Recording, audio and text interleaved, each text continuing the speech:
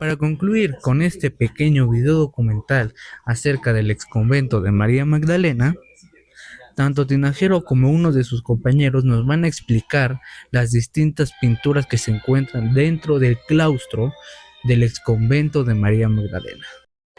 Estamos ya en el claustro, en la primera parte del claustro de Santa María Magdalena Tepetlaustoc, y uno de los datos importantes es que tiene pintura mural del siglo XVI.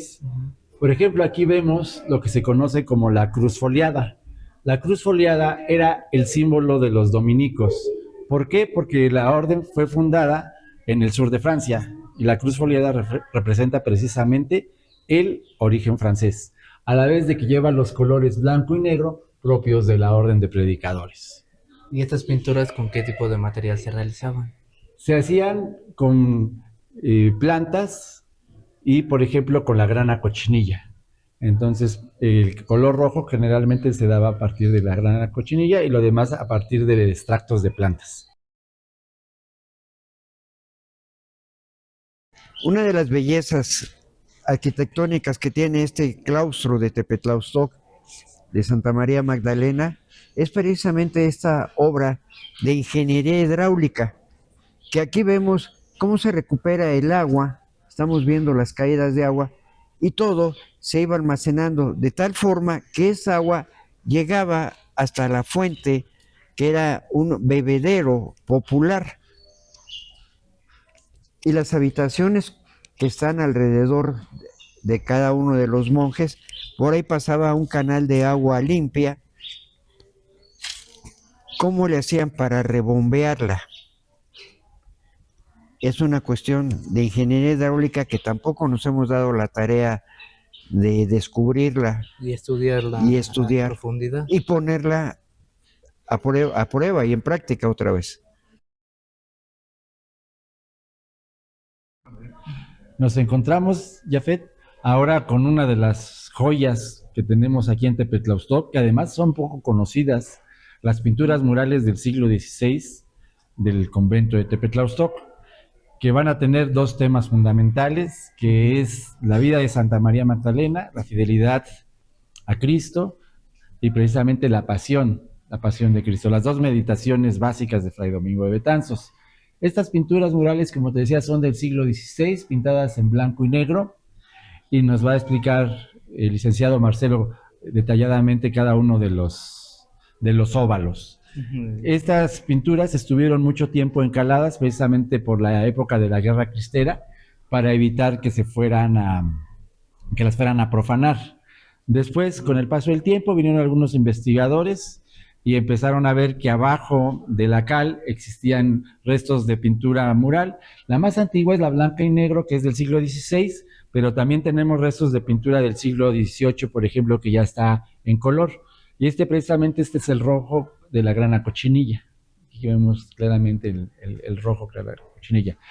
Aquí se trunca el relato, pero podemos ver de que el relato seguía todavía más acá, como se puede ver en esta parte de la columna. Y bueno, pues le voy a dar el micrófono a don Marcelo para que nos explique cada uno de los óvalos. Okay.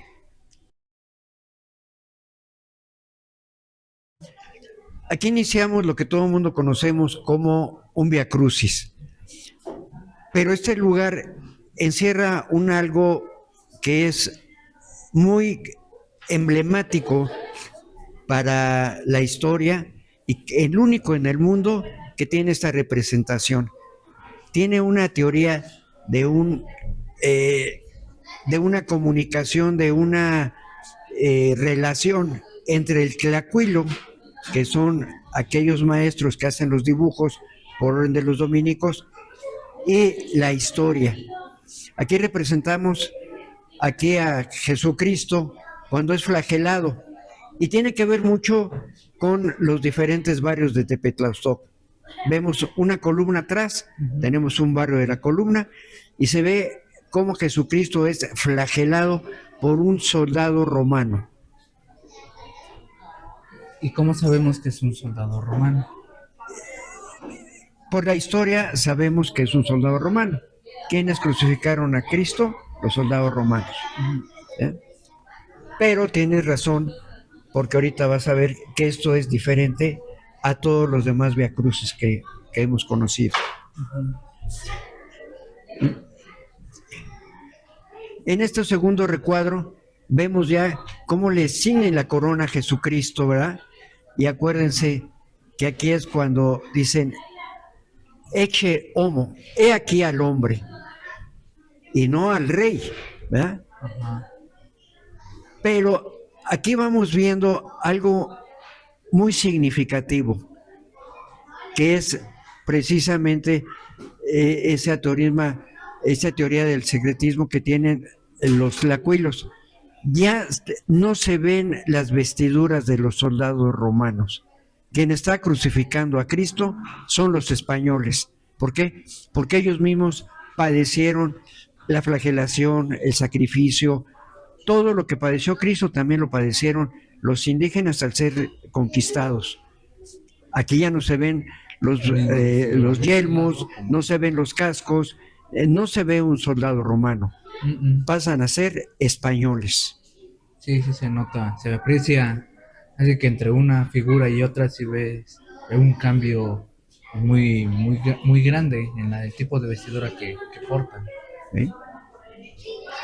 Uh-huh.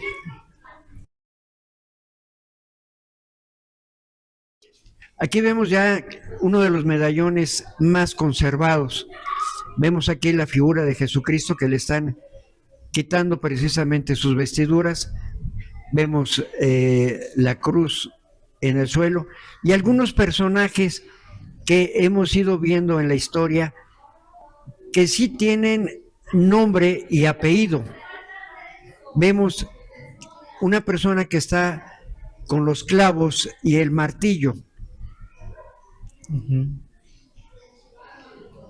Hernández del Castillo lo dibuja perfectamente bien. Es Hernán Cortés.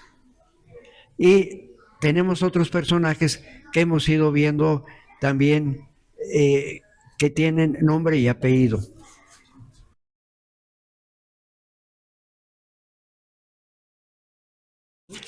Sí, aquí en este cuadro es más representativo. Se ve perfectamente bien la imagen de Hernán Cortés clavándole los pies a Cristo. ¿Qué nos quieren decir los tlacuilos? Que ellos padecieron todo esto. Ellos se identifican precisamente con Jesucristo.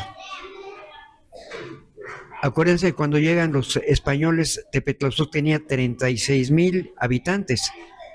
Para cuando se logra con su santidad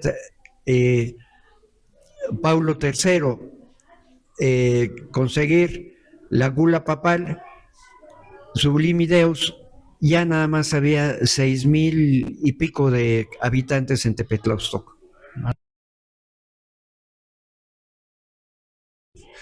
Ahora, haciendo algunas precisiones, Jafet, fíjate, es interesante comparar, mira, este personaje es el mismo que está acá. Ajá. Es un militar español. Entonces se trata precisamente de Hernán Cortés. Y aquí tenemos una de las representaciones más antiguas y fidedignas de Hernán Cortés, que por cierto fue el primer encomendero que tuvo Tepetlauzot. Luego, este medallón es sumamente interesante porque aquí están representados por primera vez los encomenderos que tuvo Tepetlauzot. Entonces quedamos que este era Hernán Cortés. Luego aquí tenemos a Diego de Ocampo, Miguel Díaz de Aux y el más terrible de todos, que fue Gonzalo de Salazar. Si te das cuenta, Gonzalo de Salazar lleva una vestimenta también española, pero mientras que Hernán Cortés viene de militar por su casco, aquí lo vemos a Gonzalo de Salazar como noble. Entonces, esta es una de las primeras representaciones que tenemos de los encomenderos. Estas pinturas se llevan a cabo alrededor del año de 1541, cuando fue vicario Fray Juan de la Magdalena. Pero lo realizan los tlacuilos y hacen precisamente una crítica social de lo que estaban viviendo en ese momento. Posteriormente, tendríamos esas mismas críticas en los códices Vergara, Asunción y Quisur. Bueno, aquí ya tenemos a Jesucristo en la cruz. INRI, Jesus Nazarenus Rex Judeorum. Jesús de Nazaret, Rey de los judíos. Pero aquí ya volvemos a ver la misma imagen de soldados romanos. Ustedes pueden ver su bielgo, su casco, y vemos a San Juan de Arimatea, pero vemos un personaje muy importante al pie de la cruz. No solo María su madre, sino también María Magdalena. Aquí María Magdalena es representada con un caracol tapándole la oreja, que significa humildad. María Magdalena había dejado toda su riqueza por seguir a Jesucristo y lo sigue día tras día hasta su muerte.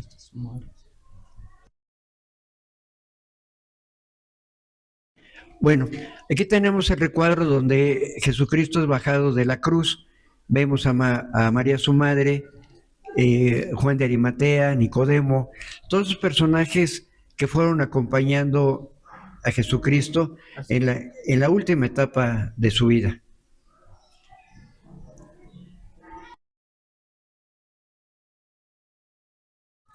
Aquí tenemos este recuadro también, donde aquí aparece María Magdalena al pie de Jesucristo.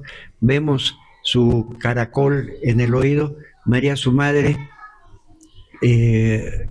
Nicodemo, Juan de Arimatea.